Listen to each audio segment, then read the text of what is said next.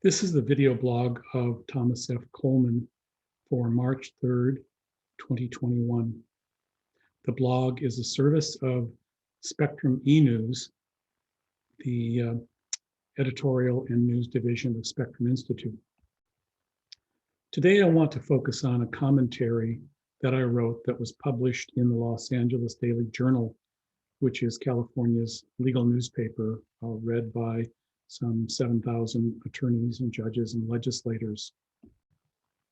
The commentary focuses on Assembly Bill 596, which was recently introduced by Assembly Member Janet Nguyen, who represents portions of Orange County.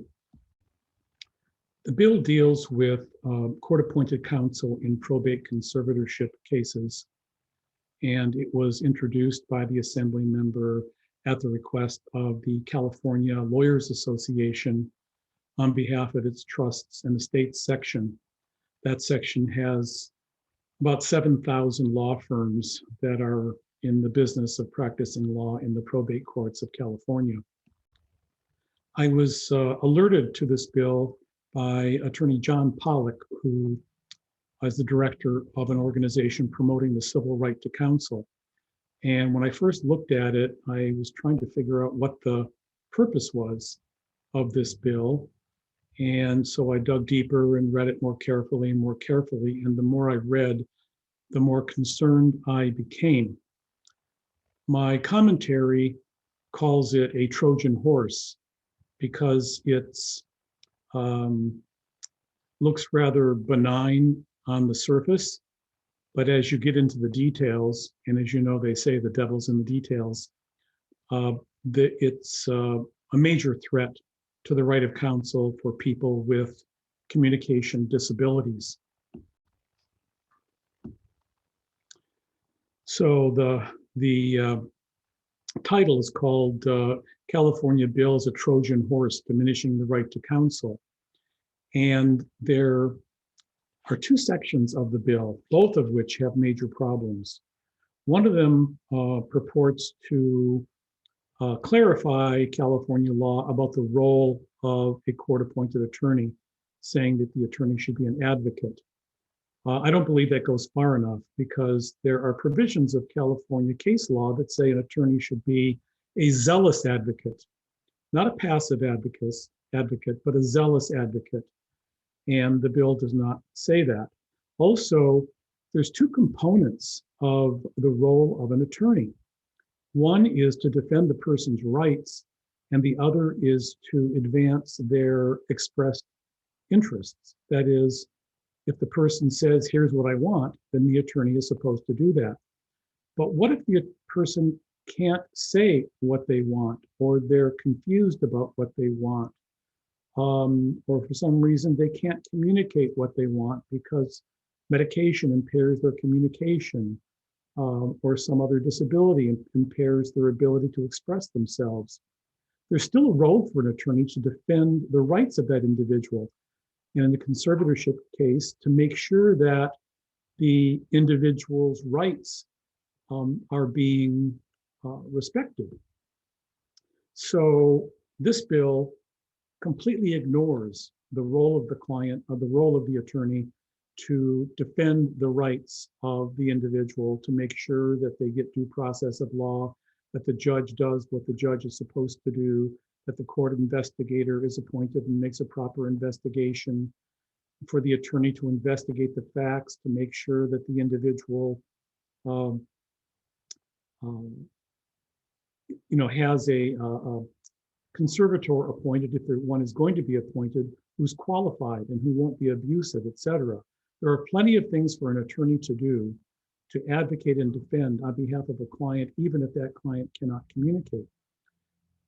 So, but what if the person isn't presently able to communicate, but they previously created documents like a trust, a power of attorney for healthcare, a nomination of a conservator, power of attorney for finances. And they did this when they were able to communicate. But now, due to an accident or illness or dementia or something of that nature, they're not able to communicate, presently not able to communicate. but they were before, and those documents are in force. And the attorney can see those documents, and the attorney can determine, here's what the person wanted under these circumstances. Well, obviously, that attorney has an advocacy role to defend those documents against anyone who's trying to invalidate them or ignore them. This bill completely misses that point. It's as if these documents are irrelevant. The other section of it says that if the attorney personally believes that the person's unable to communicate, the attorney must inform the judge of this. Well, this runs contrary to the ethical duties of an attorney of loyalty and confidentiality. How did the attorney gain this information? The attorney gained the information during the course of the attorney-client relationship. Therefore, the attorney should not be disclosing information to the court that could result in the loss of rights. That's a violation of ethics. So this bill says the attorney shall do that.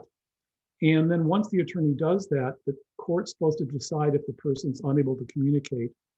And in making that determination, the court does not have to conduct an evidentiary hearing.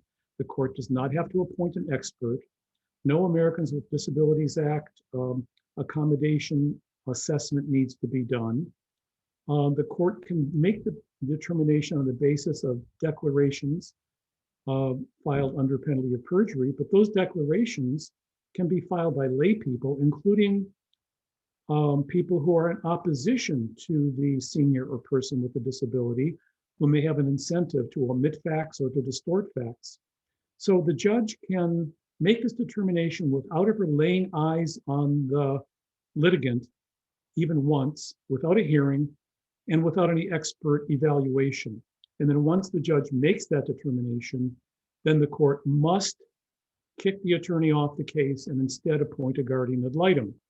The guardian ad litem can then advocate for whatever the guardian ad litem wants and can ignore all the previous documents or any indications of what the client may want.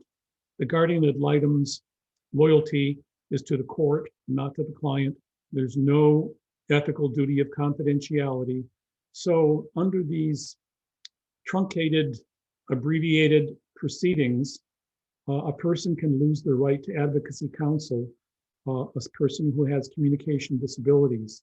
I believe this is a violation of the Americans with Disabilities Act and state law that prohibits disability discrimination.